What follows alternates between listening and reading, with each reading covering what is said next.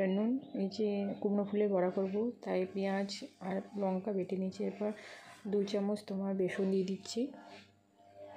বেসন দিয়ে দিচ্ছি। এবার একটু মুচমুচে হওয়ার জন্য চালের গুঁড়ো দিয়ে দিচ্ছি, বেশি দেবো না, অল্প পরিমাণে দেবো।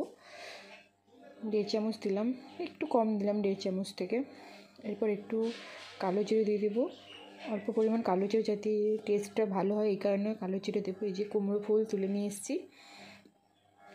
এরপর এটাকে ফুলটাকে ছাড়িয়ে নেব। ফুলটাকে ভালো করে ছাড়িয়ে নিতে হবে, তারপর সব কেটে কুটে বাদ দিয়ে দিতে হবে ডানগুলো।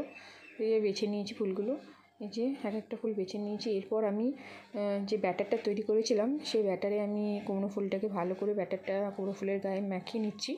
এরপর আমি গরম তেল গরম করতে দিয়েছি তেলটা, সেই তেলের মধ্যে আমি এবার এই কুমড়ো ফুলটাকে ছেড়ে দেবো, লাল লাল করে ভেজে নেব। এই দেখো কুমড়ো ফুলটা এবার আমি ছেড়ে দিচ্ছি তোমার তেলের মধ্যে, যাতে লাল লাল করে ভাজা হয়।